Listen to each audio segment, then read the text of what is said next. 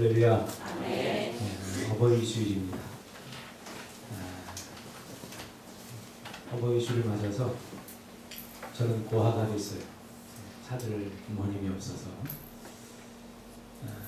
오래전에 아버지는 5살 때 돌아가셨고, 어머니는 한 7년 전 이렇게 돌아가셨고, 제가 목회 부교육자 때 사택에, 시골 사택에서 이렇게 살 때 형님이 어머니를 모시다가 약간 치매가 오셔서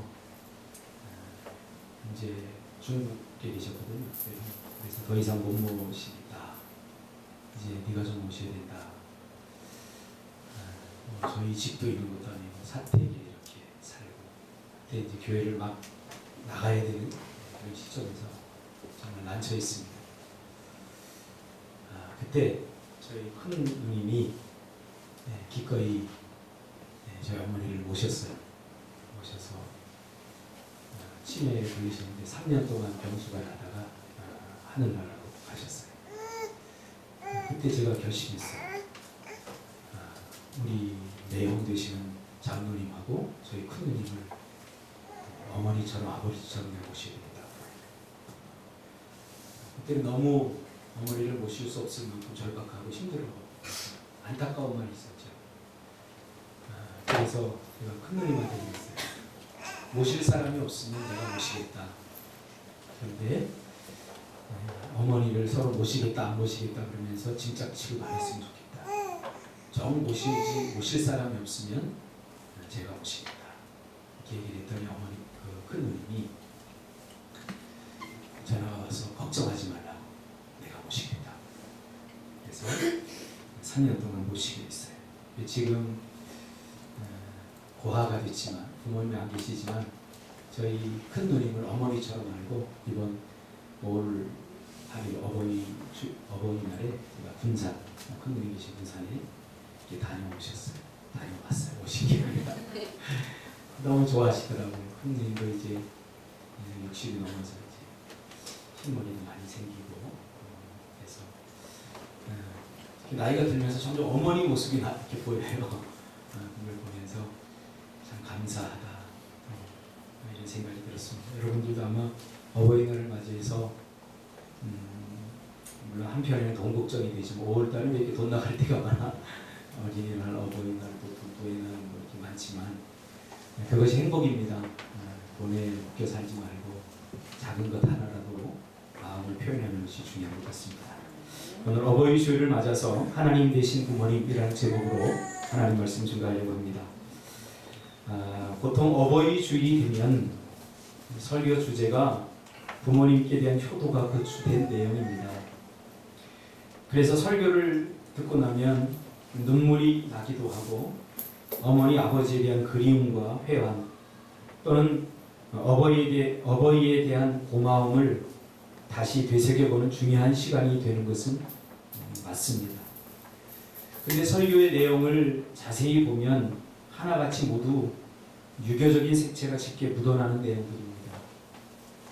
나를 낳아주셨기 때문에 효도해야 된다. 그리고 길러주셨기 때문에 그 은혜를 잊어서는 안 된다. 라는 내용이 주된 내용이죠. 저도 어릴 적부터 모태신앙이기 때문에 어버이 주일만 되면 내 부모를 공경하라 라는 설교를 수도 없이 들었습니다. 공격이 잘 안 되고, 공경이 잘 안 되고, 부모자 어머니를 자꾸 공격하게 되더라고요. 모르는 사람 없어요. 왜 상민이 찔려? 어머니 공격 그만해? 공격해야지. 오늘 성경에도 공격하라 이렇게 돼 있잖아요. 그래서 이런 설교를 듣고 나면 오히려 갈등이 생깁니다.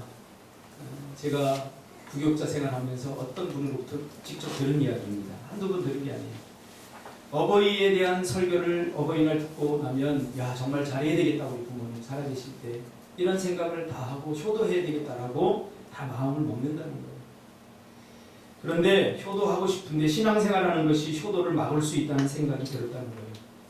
잘해드리고 싶고 효도하고 싶은데 주일 성수해야 돼서 주일에 찾아뵙지도 못하고 오히려 신앙생활이 효도에 방해가 된다는 생각을 하게 된다는 거죠. 부모님께 용돈도 더 드리고 싶지만 더 많은 것들을 사드리고 싶지만 헌금도 해야 되고 그렇기 때문에 그렇게 하지 못한다는 이야기를 제가 심심치 않게 들었습니다. 여기까지 생각이 미치게 되면 갈등이 되죠. 부모님께 효도하고 싶은데 신앙생활이 방해가 되고 걸림돌이 된다고 느끼게 됩니다. 우리 이 사회가 굉장히 구조적으로 타이트한 사회 아닙니까? 그러다 보니까 직장생활 하느라고 특별히 토요일, 주일날 이렇게 나는데 또 교회 가야 되니까 찾아뵙지 못하고 그러니까 설교를 들으면서도 늘 갈등이 되죠. 저런 설교를 좀 안 들었으면 좋겠고 오히려 신경질이 날 수도 있죠. 효도하라 해놓고는 시간 동안 좀 효도를 하라고 그래요. 왜 이런 생각이 들까요? 성경적 효도관이 빈약해서 그렇습니다. 즉 성경에서 말하는 효도가 무엇인지 잘 모르기 때문이죠. 그래서 늘 우리는 유교적인 개념의 효도관을 듣다 보니까 바로 그러면 효도하고 싶은데 발목을 잡는 것이 한두 개가 아니죠. 성경은 효라는 개념보다는 공경, 즉 순종이라는 의미가 더 강합니다. 효라고 하는 의미는 유교에서 나온 개념이고요. 성경에서 부모님에 대해서 잘해드리는 것은 바로 공경, 즉 순종이라는 의미가 더 강합니다. 그래서 오늘 본문에서도 부모를 공경하라, 순종하라 그렇게 말하고 있는 거죠. 그래서 오늘 어버이 주일을 맞아서 성경에서 왜 부모님을 공경하라고 했는가를 살펴보면서 은혜를 나누려고 합니다. 오늘 본문에 하나님은 내 부모를 공경하라라고 말씀하고 있습니다. 그런데 앞에 뭐라고 하냐면 내 하나님 여호와께서 명령한 대로라고 말합니다. 그러니까 내 부모님을 공경하라라고 하는 말은 이미 하나님께서 이스라엘 백성들에게 과거에 명령했던 말씀이라는 거죠. 언제요? 이스라엘 백성들이 출애굽을 하고 이스라엘 백성들과 첫 번째 언약을 맺을 때 출애굽기 19장에 내 부모를 공경하라라고 말합니다. 12장에 보면 출애굽기 12장에 보면 6월절이 나오죠. 6월절을 기점으로 이스라엘 백성들이 애굽에서 나오게 되고 이제 하나님께서 약속하신 가나안 땅을 향해서 가게 됩니다. 그리고 13장에는 이제 드디어 광야 생활이 시작이 됩니다. 광야에 가보니까 살 수 없어요. 단 한순간도 버틸 수 없어요. 그래서 낮에는 구름 기둥과 밤에는 불 기둥으로 하나님께서 이스라엘 백성들을 보호하는 장면이 나오고요. 14장에 보면 앞에는 홍해가 가로막혀 있고 뒤에는 양옆에는 산맥이 가로막혀 있고 뒤에는 바로의 군대가 따라오면서 이스라엘 백성들이 진퇴양난에 직면하게 되는 장면이 나오죠. 그리고 15장에는 그때 하나님께서 모세를 통해서 그 홍해를 가르게 하셔서 바다에 길을 내시고 애국 군대를 수장시켜서 미리암이 또 모세가 하나님 앞에 승리의 찬양의 노래를 부르는 장면이 소개되고 있습니다. 자, 이렇게 위대한 역사를 경험했음에도 불구하고 16장에 보면 이스라엘 백성들이 불평하고 원망합니다. 먹을 것이 없다. 그래서 하나님께서는 만나와 메추라기를 통해서 이스라엘 백성들을 먹이시는 장면이 16장에 나옵니다. 17장에 가보면 또 불과 얼마 되지 못해서 르비딤에 이스라엘 백성들이 르비딤이라고 하는 광야에 이르게 되는데 먹을 물이 없습니다. 먹을 물이 없자 이스라엘 백성들이 불평하고 또 원망하기 시작합니다. 이때 반석을 쳐서 물이 나오게 함으로 이스라엘 백성을 또 마시게 합니다. 또 조금 가다 보니까 아말렉 군대가 와서 이스라엘 백성들이 행군을 하는데 진행을 하는데 맨 뒤에 있는 어린이와 노약자들을 공격해서 방해를 합니다. 그래서 안 되겠다. 아말렉을 무찌르는 장면이 17절에 나옵니다. 또 18장에는 이제 모세 혼자 이 이스라엘 백성들을 리더십으로 리더하기에는 부족함을 느끼죠. 그래서 모세의 장인 이드로의 충고로 1000부장, 100부장, 50부장, 10부장을 세우는 장면이 나옵니다. 이를 서로 나누어서 하자는 말이죠. 그리고 드디어 10부장이 시내산에 도착해서 20장에는 십계명을 받는 장면이 나옵니다. 뿐만 아니라 21장에는 이제 너희들이 가나안에 들어갈 텐데 가나안에 들어가서 너희들이 살 때에 반드시 기억해야 되는 것들이 있다 하면서 이제 법을 주십니다. 그러니까 가나안은 이스라엘 백성들이 이제 새로운 나라를 세워서 살아가는 땅이고요. 이제 새로운 나라를 하나님께 세우려고 하는 거예요. 그렇죠? 그리고 국민은 이스라엘 백성이고 이제 뭐가 있어야 돼요? 법이 있어야 돼요. 그 법을 이제 정해주죠. 그래서 21장에는 개인의 권리에 대한 율법, 즉 살인자를 어떻게 처리하고 타인의 손해를 입히거나 상해를 입힌 자에 대해서 어떻게 처리하는가 그런 것에 대해서 이야기해주고 있고요. 22장에서는 행위와 공의에 대한 율법, 즉 도둑질한 사람을 어떻게 처리하고 불쌍하고 소외된 이웃을 어떻게 대해야 되는가에 대해서 설명을 해주고 있습니다. 그리고 23장에는 하나님의 백성으로서 하나님과의 관계 속에서 지켜야 될 법들에 대해서 이야기하고 있습니다. 안식일을 지켜야 된다. 그리고 가나안 땅에 들어가면 이제 어떻게 살아야 되는가. 원수들과의 관계, 또 거짓 증인, 뇌물 이런 것들에 대해서 일반적인 삶에 대해서 이야기를 해주고 지켜야 될 법에 대해서 이야기를 해주고 마지막에는 안식일과 3대 절기, 유월절과 맥주절, 수창절을 지킬 것을 이야기합니다. 이제 법이 주어졌어요. 자, 땅은 아직 가나안이 들어가지 않았지만 이스라엘 백성들이 살아가야 될 땅이 정해진 거고 또 백성은 이스라엘 백성이고 이제 법이 정해졌어요. 이제 한 국가가 형성이 되는 거예요. 근데 이 국가는 이방 국가와 다르게 이방 국가는 인간 왕이 있지만 이스라엘은 하나님이 왕이 되는 하나님을 섬기는 그런 지금까지 이 땅에 존재하지 않았던 새로운 국가를 하나님께서 만들기를 원하셨던 거죠. 그리고 이 모든 것들을 이제 언약을 통해서 체결을 합니다. 그것이 24장에 나옵니다. 이 언약은 하나님의 약속입니다. 창세기 12장에 아브라함의 언약의 연장선이 있습니다. 하나님께서 아브라함에게 축복을 해주시죠. 그렇죠? 앞으로 너의 씨를 통해서 그리고 티끌처럼 바닷가의 모래와 같이 땅의 티끌처럼 너희 하늘의 물결처럼 그렇게 네 자손을 주겠다. 그러면서 축복을 주시죠. 그 축복의 연장선 속에 민수기 23장의 언약이 체결이 되는 겁니다. 여러분, 하나님의 축복은 약속의 형태로 주어졌다는 것을 절대로 잊어서는 안 됩니다. 이것은 하나님의 축복이 단순히 일방적으로 주어지기보다는 약속을 하는 우리 당사자와 서로 합의하고 약속한 것들이 이행될 때 구속력이 생긴다. 하나님께서는 이미 약속해 주셨고 다 주셨어요.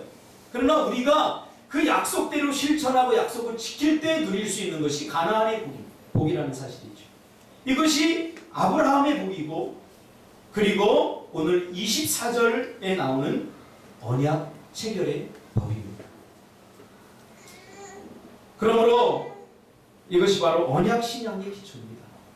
우리가 신앙생활을 하는데 많은 사람들이 감정적으로 기분적으로 이렇게 신앙생활을 해요. 그러다 보니까 기분 좋으면 기도하고 기분 안 좋으면 기도도 안 하고 분위기에 휩쓸려 하는데 기독교는 약속의 종교입니다. 언약 신앙. 우리가 기도를 하는데 근거가 뭐냐면 하나님의 말씀, 약속입니다. 그래서 주어지는 거예요. 이것이 바로 언약 신앙의 기초인데요. 하나님은 다른 이방신과 달리 감정적이고 즉흥적이지 않고 철저히 우리와 한 약속을 근거로 모든 복을 주신다는 사실입니다. 이 굉장히 중요한 말씀입니다. 이것이 얼마나 다행스러운 일인지 몰라요. 고대 근동 아시아의 다른 신들은 굉장히 즉흥적이고 감정적입니다. 그래서 사람들은 그 이방 신들을 향해서 노했다고 표현합니다. 노했다. 그러니까 우리가 빨리 제물을 드려서 달래줘야 된다. 지금 화났다 그래요. 그러나 하나님은 기분 나쁘다고 당신의 백성들을 죽이거나 함부로 재앙을 내리거나 또 기분 좋다고 받지 못할 죄를 용서해주거나 그런 게 아니에요. 모든 것들이 철저히 하나님의 약속에 의해서 진행이 된다는 거예요. 이것은 오늘 우리 국가가 법에 의해서 진행되는 거나 마찬가지인 거죠. 이것이 얼마나 다행스러운 일인지 몰라요. 제가 중학교 다닐 때, 여러분 중학교 선생님들 학교 다니다 보면 별명들이 다 있잖아요. 근데 이 선생님 별명이 미치개였어요. 왜 미친개였냐면 여러분 잘 아시죠? 미친 개처럼 그렇기 때문에 미친개. 이분은 원칙도 없고 아무것도 없어요. 그날 기분 좋으면 숙제 안 해도 다 용서해주고, 근데 기분 나쁘면 숙제 다 해오고 열심히 하는데도 다 일어서 버리고 종아리를 때려요. 그래서 걷잡을 수 없는 거예요. 우리는 그 선생님의 눈치만 보는 거예요. 그리고 마음속으로 기도하죠. 이 선생님 언제 다른 학교로 정도 가지? 그럼 기도만 할 뿐입니다. 여러분이 섬기는 하나님이 만약 이방신처럼 이런 하나님, 이런 신이었다면 우리는 날마다 조급해할 거예요. 그러나 하나님은 그렇지 않다는 거예요. 하나님은 철저히 성경의 약속대로, 약속한 대로 이루어 나가신다는 거죠. 이것이 얼마나 다행스러운 일인지 몰라요. 그리고 그 후에 민수기에서 이스라엘 백성들이 정탐꾼의 보고를 듣고 뭐라고 합니다. 이제 좀 점프가 일어나죠. 역사적 점프가 일어나서 이제 정탐꾼들의 보고를 듣는 장면이 나옵니다. 민수기에 10명의 정탐꾼이 가나안을 정탐하고 나서 뭐라고 합니까? 도저히 그 땅은 우리를 삼키는 땅이나 들어갈 수 없다 하고 악평을 합니다. 그 소식을 듣고 200만이 넘는 이스라엘 백성들이 밤새도록 통곡하고 거기서 멈추는 게 아니에요. 원망하죠. 누구를? 하나님은 보이지 않으니까 보이는 리더십인 모세를 향해서, 그리고 아론을 향해서 원망하며 뭐라고 합니까?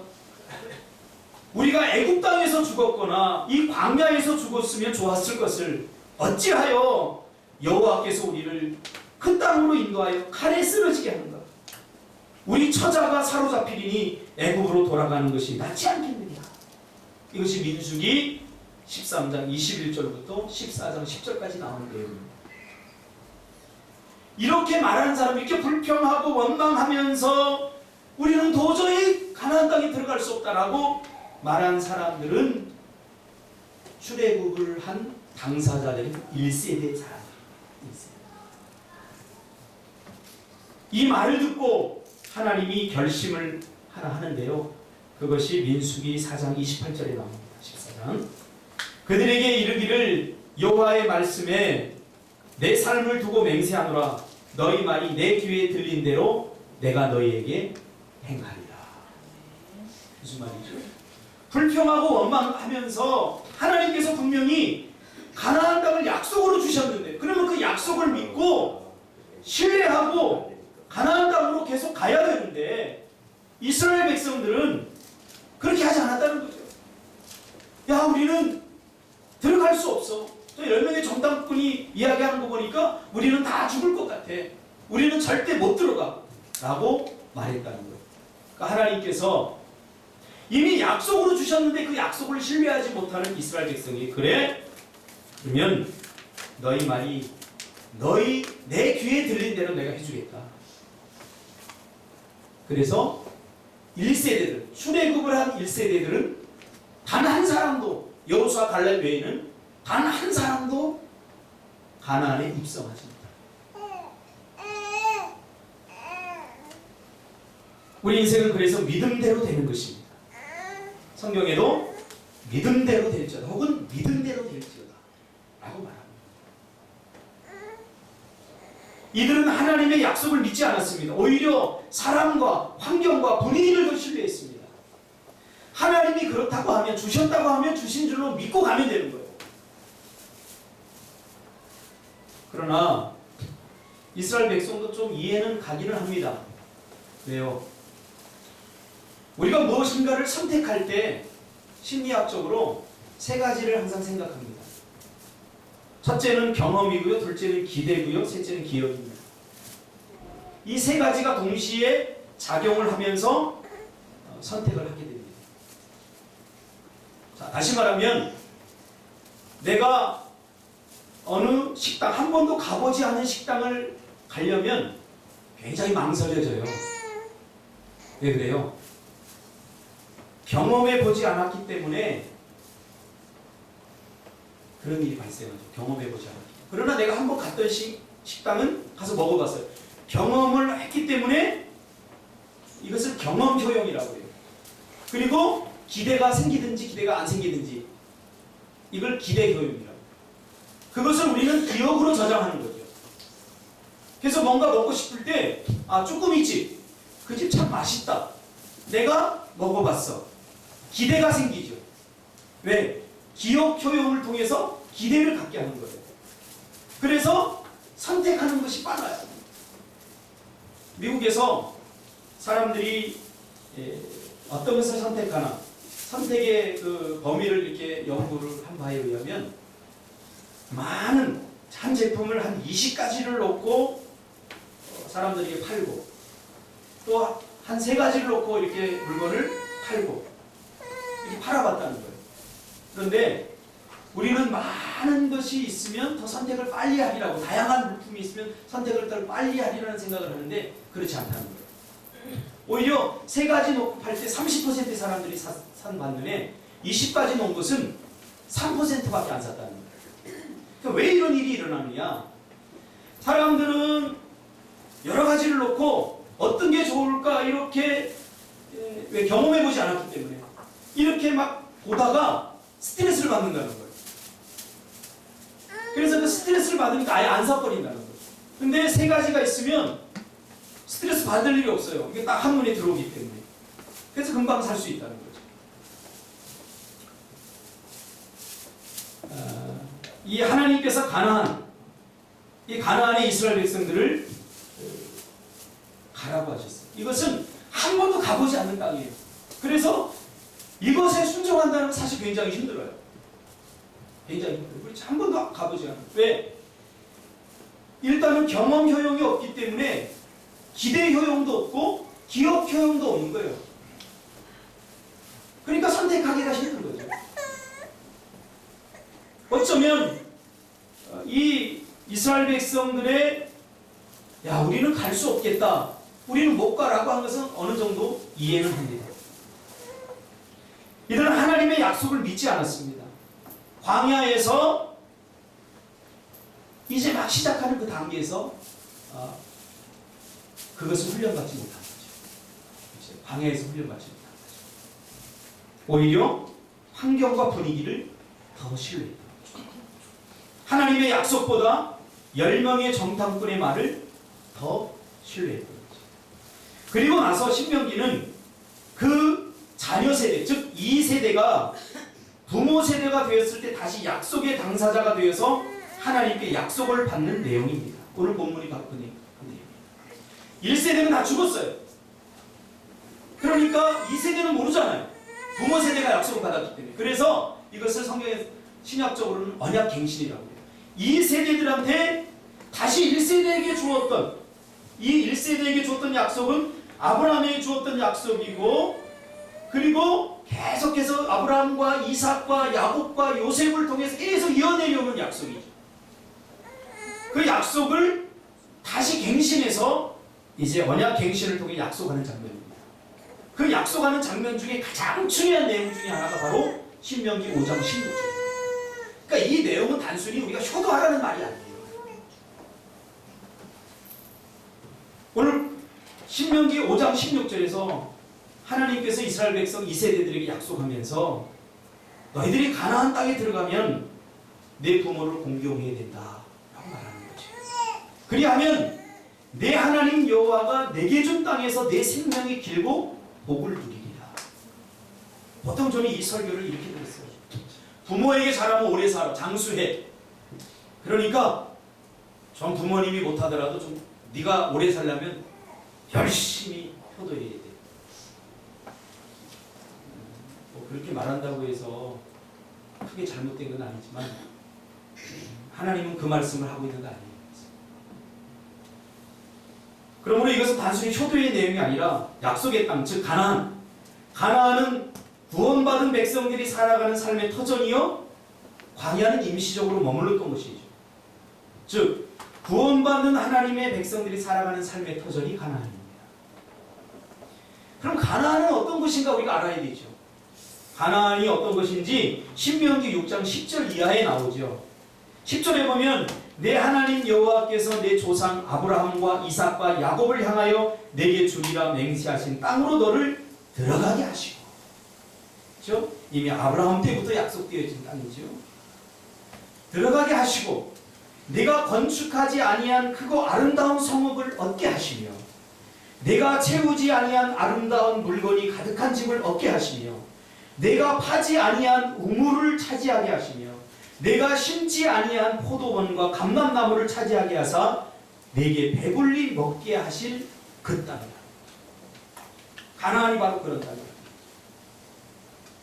이 가나안의 주인은 누구예요? 구원받은 이스라엘 백성들이 애굽은 먼저 세상이죠. 세상으로부터 구원받아서 이제는 구원받은 하나님의 백성들이 살아가는 삶의 터전이 바로 가나안입니다. 여러분 복 받으세요. 이런 설교만 기다만 듣지 말고 오늘 설교가 너무 중요한 설교이기 때문에 잘 들으시면 좋습니다. 가나안은 바로 이런 곳입니다. 이런 곳에서 하나님은 건강하게 아름다운 가정을 꾸미며 이스라엘 백성들이 복되게 사는 것을 꿈꾸고 있는 것. 이게 뭐예요? 이게 천국이에요. 그런 의미에서 가나안이 천국이라는 거죠. 바로 하나님이 꿈꾸는 천국과 같은 삶이죠. 그 천국이 예수님이 재림하실 때 온전한 천국을 우리가 맛보게 되지만, 그러나 완벽하진 않지만 하나님의 백성들이 모여 있는 그 공동체가 바로 천국 공동체입니다. 그래서 예수님은 제자들이 묻죠. 주님, 천국이 어디 있습니까? 천국을 보여주세요 라고 물을 때 예수님이 뭐라고 그랬어요? 천국은 이미 너희 안에 있느니라고 했어요.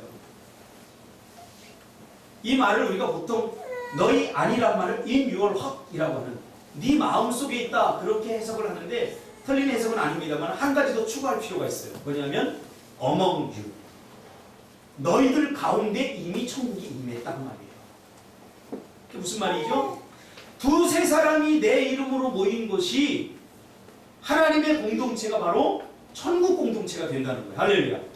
구원받은 하나님의 백성들이 모여있는 그 공동체가 바로 임시적이지만은 천국의 지상화되어 있는 이 땅에서 우리가 누릴 수 있는 천국의 기쁨과 행복을 누릴 수 있는 바로 가나안이라는 사실이죠. 그래서 교회는 천국 공동체입니다. 할렐루야. 천국 공동체. 그러면 이 천국 공동체 안에서 우리가 천국의 기쁨과 감격을 누리고 있는가? 누리지 못하고 있다면 왜 누리지 못하는 것에 대해서 고민을 해볼 필요가 있습니다. 있어요. 그러므로 가나안이란 구원받은 하나님의 백성들이 살아가는 삶의 터전입니다. 그런데 이 복을 가나안에서 누리려면 아까 말한 것처럼 신명기 6장에 나오는 내가 심지 않은 포도 열매를 먹고 하지 않은 우물에서 물을 마시고 쌓지 아니하는 성과 내가 짓지 않은 집을 하나님의 은혜로 거저받게 되는 이 놀라운 은혜를 누리며 살려면 어떻게 해야 됩니까? 그래서 이 축복을 이해하려면 구원론적으로 이해해야 됩니다. 그래서 오늘 본문은 그런 효에 대한 이야기가 아니라 구원론적 이해가 필요합니다.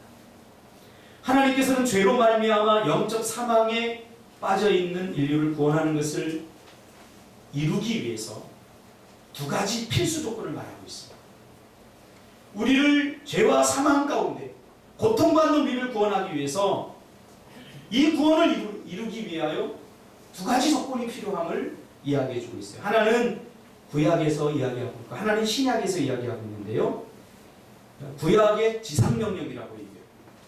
또 하나는 신약의 지상명령. 그러면 구약의 지상명령은 뭐냐? 신약의 지상명령은 잘 알잖아요. 마태복음 20장 19절이야.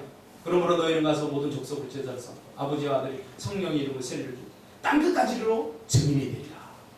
이것이 신약에 주시는 지상명령이에요. 그렇잖아요. 우리가 증인이 돼서 복음을 증거하고 전해주어야 그 전해 들은 사람들이 구원을 얻게 되잖아요. 그러면 구약의 지상명령은 뭔가?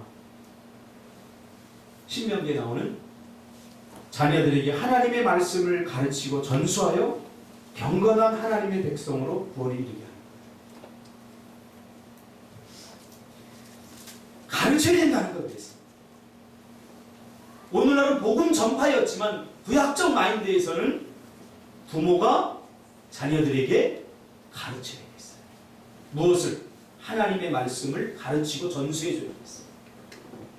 그래서 자녀가 구원으로 생명을 얻고 구원받은 하나님의 백성의 복을, 이 가나안의 복을 누리려면 바로 부모의 말씀에 순종하는 것을 배웠어요. 왜? 오늘 뭐 아버지만 나오니까 어머니는 아닌 것 같지만 부모에게 다 해당돼요. 구약의 아버지는 왕이요, 한 가정의 왕이요, 제사장이요, 선지자였어요. 이 역할을 감당하는 것.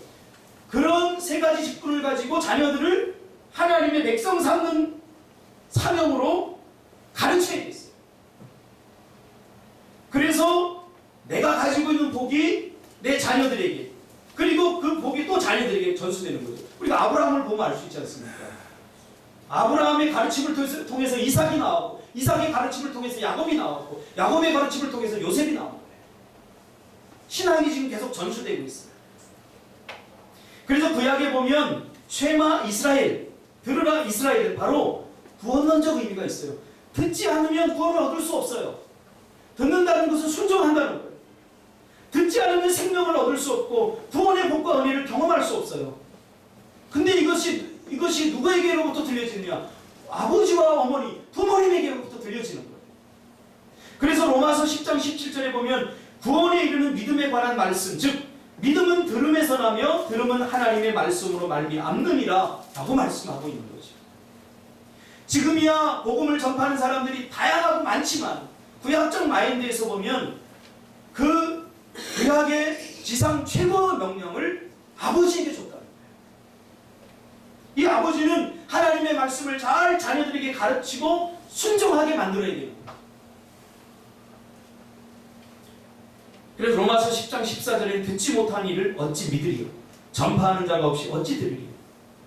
그래서 신명기 6장 6절에서 9절까지 보면 구원론적 의미에서 이렇게 말하고 있어요. 자녀들을 부지런히 가르쳐 신앙을 전수해야 됨을 강조하고 있습니다. 그래서 부모는 자녀를 신앙으로 가르침으로 복을 받고, 자녀들은 부모의 말씀에 순종함으로 복을 계속 누리고 또 다음 세대까지 전수하게 됩니다. 그래서 자녀가 부모님의 말씀에 순종하지 않은 모든 것이 다 날아가 버려요. 구원을 얻는 일도, 그리고 구원받고 나서 하나님께서 구원받은 백성에게 주시는 모든 이 가나안의 이 복도 누릴 수 없게 되는 거죠. 그래서 신명기 6장 6절에 보면 오늘 내가 네게 명하는 이 말씀을 너는 마음에 새기고, 7절에 내 자녀에게 부지런히 가르치며 집에 앉았을 때든지 길을 갈 때든지 누워있을 때든지 일어날 때든지 이 말씀을 강론할 것이며, 8절 너는 또 그것을 내 손목에 메어 기호를 삼으며 내 미간에 붙여 표로 삼고, 9절 또 내 집 문설주와 바깥문에 기록할지니라. 자녀를 향한 부모의 사명은 부지런히 하나님의 축복의 말씀을 가르침으로 순종을 통해서 하나님이 약속한 복을 구원론적으로 누리고 복을 누리게 하는 것입니다.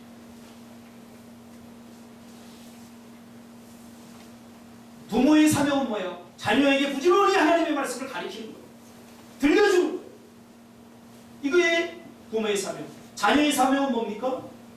그 말씀대로 순종하는 거예요. 순종하지 않으면 자기 손해예요. 자기 손해. 그래서 예수님은 요한복음 10장 10절에서 이 땅에 오신 목적을 이렇게 이야기하고 있죠. 내가 온 것은 양으로 생명을 얻게 하고 더 풍성하게 하려는 것이라 라고 말했습니다. 그러면 예수님만 사명이 있나요? 아니에요. 부모의 사명도 있어요. 부모의 사명은 자녀들을 부지런히 가르침으로, 자녀가 하나님의 말씀에 순종함으로 구원을 얻고 구원의 복을 누리게 하는 것입니다. 그러므로 부모님의 그 가르침 안에 축복이 다 담겨져 있는 거예요. 그런데 이 가르치면 말로만 하는 것이 아니라 삶으로 가르치는 거죠. 동물들도 본능적으로 알아요. 제가 동물의 왕국 옛날에 그런 거 보니까 동물이 새끼를 낳았는데 이 새끼가 어미로 성장할 수 있는가 없는가는 이미 새끼 때 다 결정이 난다고 해요. 이 동물들은 글이 없고 뭐 학습하는 게 아니기 때문에 본능적으로 학습을 하는 거예요. 그래서 이 어미를 따라해야 돼요.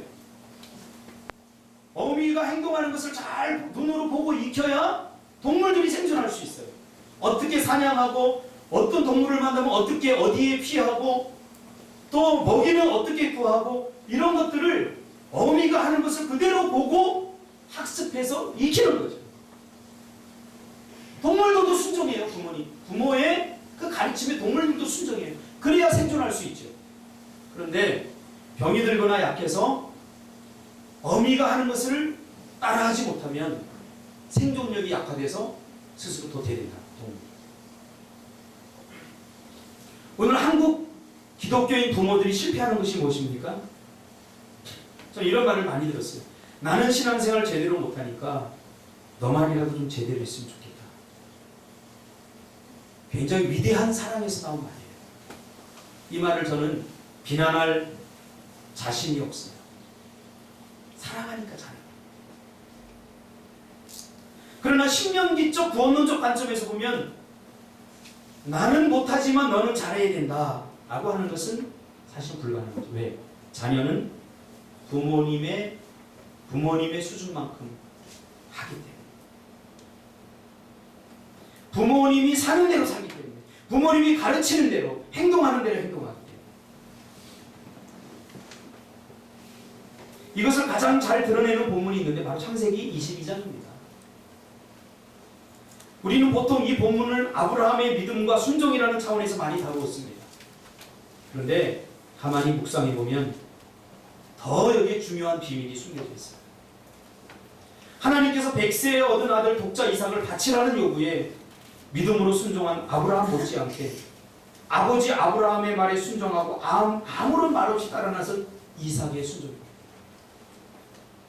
다시 말하면 아버지 아브라함의 가르침에 이삭이 순종한 것입니다. 이삭이 아무 말 없이 순종할 수 있도록 아브라함이 가르친 거죠. 여기서 우리는 그동안 아브라함이 하나님께 순종하는 본을 보임으로 그의 아들 이삭도 하나님의 음성을 듣는 아버지께 자연스럽게 순종하는 훈련이 되어 있었던 거죠. 이삭아 하나님께 순종해야 돼 말로만 한 것이 아니죠. 창세기 12장부터 보면 뭐가 나오죠? 하나님께서 본토 친척 아비집을 떠나라고 합니다. 그때 아브라함은 이삭아 너 하나님 말씀에 순종해야 돼 이렇게 말로만 가르치지 않고 실제로 본토 친척 아비집을 떠나는 순종함으로 자기 자식에게 순종은 이렇게 하는 거야 라고 가르친 거죠. 우리가 아까 선택하기가 힘들다고 그랬잖아요. 근데 아브라함이 선택한 것은 갈 바를 알지 못하고 떠났다고 그랬어요. 한 번도 가보지 않은 곳, 어디로 가야 될지 모르는 것, 선택하기 너무 힘든 거예요. 왜? 기억 효용이 없어요. 경험해보지 못했기 때문에 기억 효용이 없으니까 기대 효용도 떨어지는 거예요. 내가 뭔가를 먹어봤으면 저 집에 맛없어. 기대 효용이 사라져버리면 안 가면 돼요. 그런데 먹어보면 맛있어 하면 경험 효용이 기억 효용을 통해서 기대 효용을 만들어내는 거죠. 근데 아브라함은 전혀 한 번도 경험해보지 못한 땅으로 가야 되는 거죠.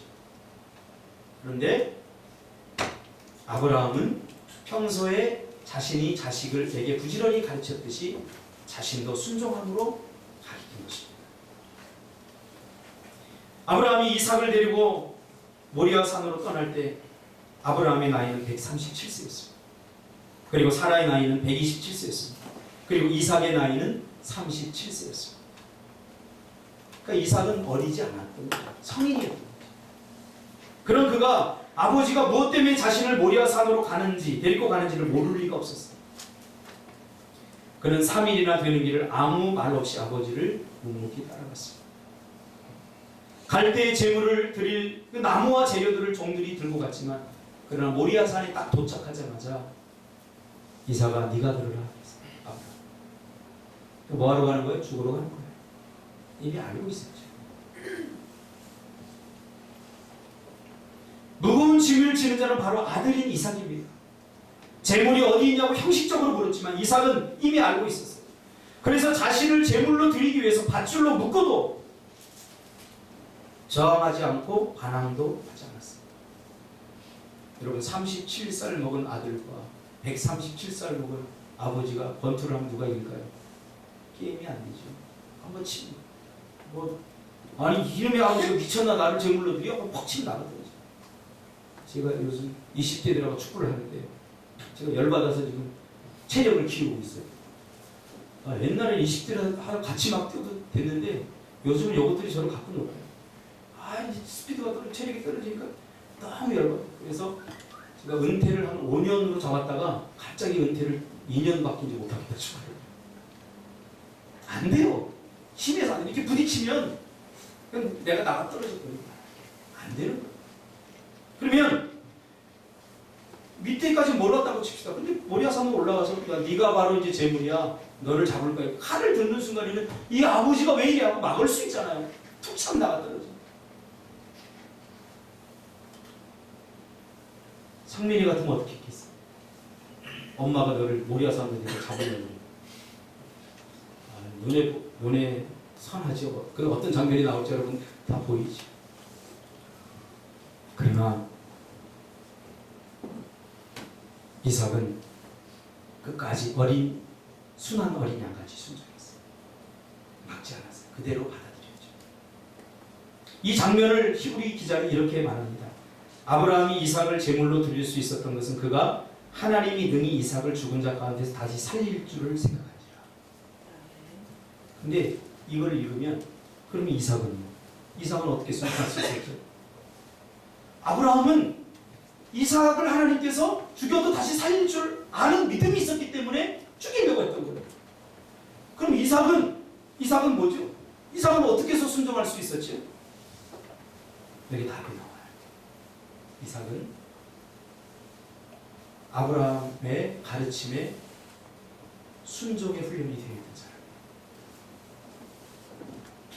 그 순종의 훈련이 좋은 경험 효용이 되었고 기대 효용이 되었고 기억 효용이 되어서 순종해 보니까 하나님께서는 가장 좋은 것을 주시고 당신의 자녀들에게 절대 나쁜 것을 안 주시는구나 하는 것을 순종을 통해서 그는 좋은 기억 효용으로 남게 된 거죠. 그러니까 자신이 죽어야 되는 이러한 위험한 상황 속에서도 하나님에 대해서 원망하고 불평하기보다는 기대의 효용이 더 살아나는 거죠. 할렐루야. 오늘 우리가 해야 될 것이 바로 이겁니다.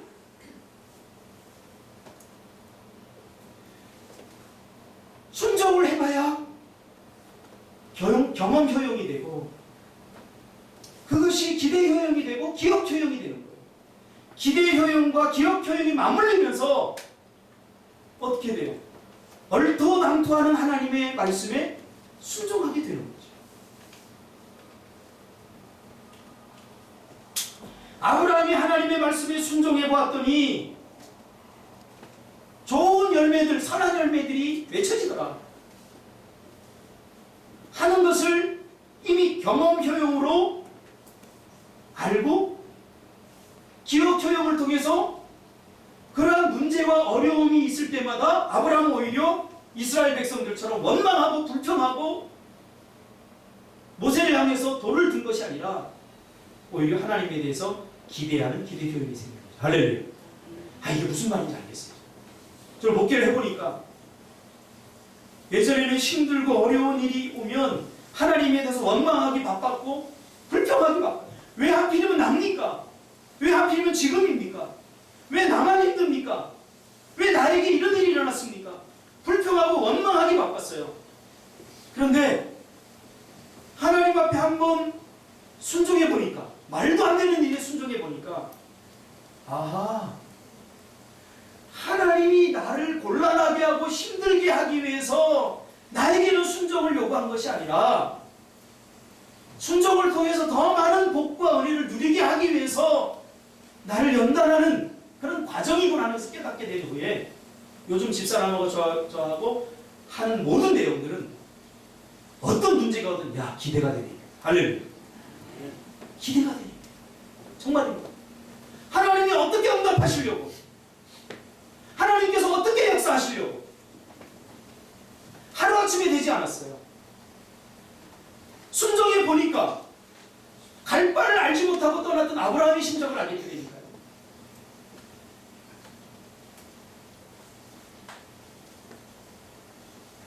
그래서 아버지 아브라함이 하나님의 말씀에 순종의 본을 보임으로 그 순종의 열매들을 맺는 것을 이삭이 보아왔고, 순종이 어떤 결과를 만들어내는지 부지런히 가르침대로 살아보니까 그걸 경험 효용으로 알게 된 거죠. 그러니까 이삭도 아버지가 하는 대로 한 거예요. 그렇죠? 순종할 수 있어요.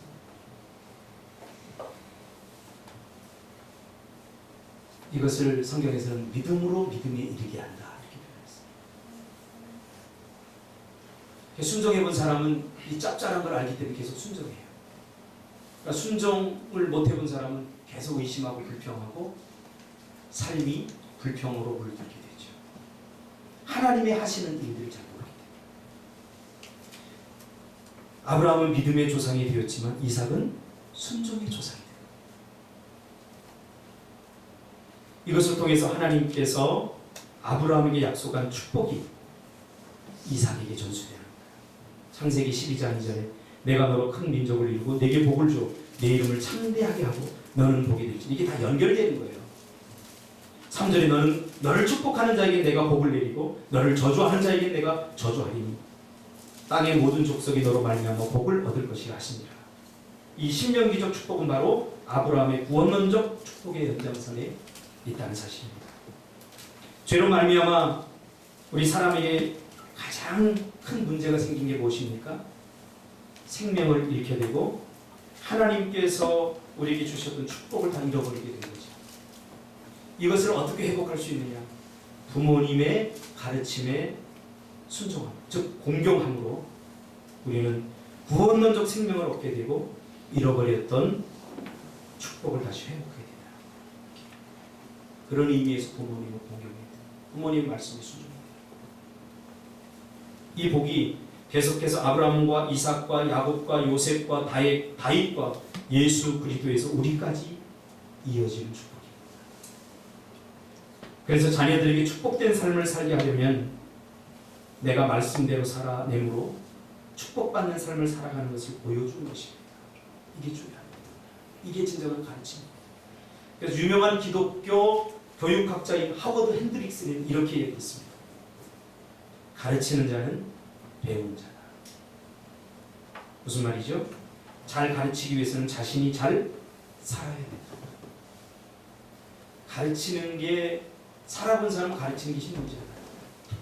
제가 요즘 유튜브를 놓고 축구를 배우고 있어요. 공 멀리 보내기, 다리에 힘이 빠져서 멀리 잘 안 가요. 코너킥도 잘 안 올라가요. 예전에 힘으로 올렸는데 이제 기술이 필요할 때예요. 그래서 그걸 보니까 이 친구들은 너무 쉽게 해요. 왜? 어릴 적부터 많이 해왔기 때문에 쉽게 하는 거예요. 나는 안 해봤기 때문에 이것을 월요일 날부터 또 이제 월요일 날 축구하러 가거든요. 할렐루야. 기대 효용이 막 지금 생깁니다. 저번 주에 제가 한 골을 넣었거든요. 기억 효용이 나와갖고 또 하고 싶은 거예요. 골을 넣으니까 전부 다 나오고 메시라고 해요. 메시. 할렐루야. 박메시. 우리 교회에서는 별 볼 일 없지만 제가 축구장에 가면 메시 이야기를 들어요. 얼마나 기쁜지. 좀 회개했어요. 왜? 설교 잘한다는 소리보다 메시 소리 듣는 게 더 기쁘니까 이게 목사가 이게 뭐지? 회개를 좀 했어요. 그래서 부모들은 자녀들을 부지런히 가르치기 위해서 잘 살아요. 말로만 이렇게 해야 돼, 저렇게 해야 돼. 이거 가르치냐. 저도 세 자녀를 키우고 있는데 우리 애들이 다 나 따라해요. 우리 예린이 어릴 때 제가 차 타고 가면서 누가 막 끼어들고 나서 에이씨 아이 저거 이랬더니 예린이가 6살 때인가 7살 때 가다가 어느 차가 끼려고 앞으로 딱 들어오면 우리 예린이 에이씨 그러더라고. 그러니 내가 가르칠 거지 뭐예요. 제가 얘기했잖아요. 우리 집 화장실에 누가 씨발이라고 써놨다고. 저는 남 탓 하나도 없어요. 다 내가 언젠가 썼겠죠. 안 썼으면 뭐 어떻게 그 애가 하겠어요. 뭐 친구들한테 배울 수도 있는데 내 잘못이라고 생각해요. 아이들은 속일 수 없어요. 나는 잘했는데 아이들이 잘못된다고 아닙니다. 제가 청소년 상담을 하는 전문가지 않습니까? 아이들의 문제의 99.999%는 다 부모의 문제예요. 이 구원론적 복을 누리는 조건이 바로 부모님의 말씀에 순종하는 것. 그러면 이렇게 생각하는 사람들이 있을 수 있어요. 마지막입니다. 그럼 예수 믿지 않는 부모들에게는 순종해야 되냐 말아야 되냐. 머릿속으로 한참 생각했죠. 그래서 에베소서 6장 1절에 보면 범위를 정해주고 있죠. 자녀들아 너희 부모를 주 안에서 순종하라. 이것이 옳으니라. 이 말을 엉뚱하게 해석을 많이 하더라고요. 제가 요것만 해석하기 위해서 수권의 책을 제가 이렇게 보니까 이 말을 여러분 알아듣기 쉽게 설명하면 이런 말이에요. 자녀들아 너희 부모를 주 안에 순종하라. 이것이 옳으니 이 말은 너희들 예수 믿기 때문에 순종하라. 이거보다 명쾌한 게 없어요. 그것이 옳으나 그르냐 따지지 말라는 거예요. 예수 믿기 때문에 순종하라. 네가 순종하지 않으므로 욕먹을 짓 하지 말라. 예수님의 이름이 땅에 떨어질 짓 하지 말라. 그런 의미로 받아들이면 효도는 꼭 주일날 해야 되고 시간이 없어 효도 못합니다. 11조 내야 되기 때문에 저녁 못 사주고 그거 다 거짓부르지. 예수를 믿기 때문에 순종하라. 그 축복권이 바로 부모의 가르침을 통해서 전수되는 거죠. 그래서 순종하지 않으면 가나안의 복이 내 것이 될 수 없죠. 이 가나안의 복이 최고의 복을 기록해 놓은 것이 있는데 현재적이며 진행적인 미래적인 복인데 신명기 28장 1절에서 6절까지 시간이 많이 지났기 때문에 읽지는 않겠습니다. 결론을 짓겠습니다. 하나님은 부모님을 통해서 우리를 대신 축복하기를 원하십니다. 그래서 부모님의 말씀에 순종이 됩니다. 그래서 부모님을 통해서 우리에게 생명을 부여하고 하나님 대신 부모님을 통해서 절대적 사랑을 우리에게 주시는 것입니다. 부모님의 말씀에 예수 믿지 않는 부모라고 할지라도 순종하지 않으면 일반적 은혜도 누릴 수 없어요. 예수 믿지 않는 부모님의 말씀은 우리가 일반 은혜라고 본다면 일반 은혜에도 우리가 누릴 수 없게 됩니다. 예수 믿는 부모님 말씀은 당연히 순종해야지. 믿지 않는 부모님 말씀은 당연히 순종해야지. 일반적인 은혜라도 우리가 누릴 수 있어요. 여러분 부모님들이 죄질하고 시키던가요? 아니잖아요. 다 일반적 은혜 안에서 우리를 복되게 하기 위해서 사랑으로 해주신 은혜이죠. 그러므로 여러분 부모님들은 하나님 대신 여러분에게 주신 또 다른 하나님이라는 사실을 기억하시기를 주님의 이름으로 축복합니다. 기도하겠습니다.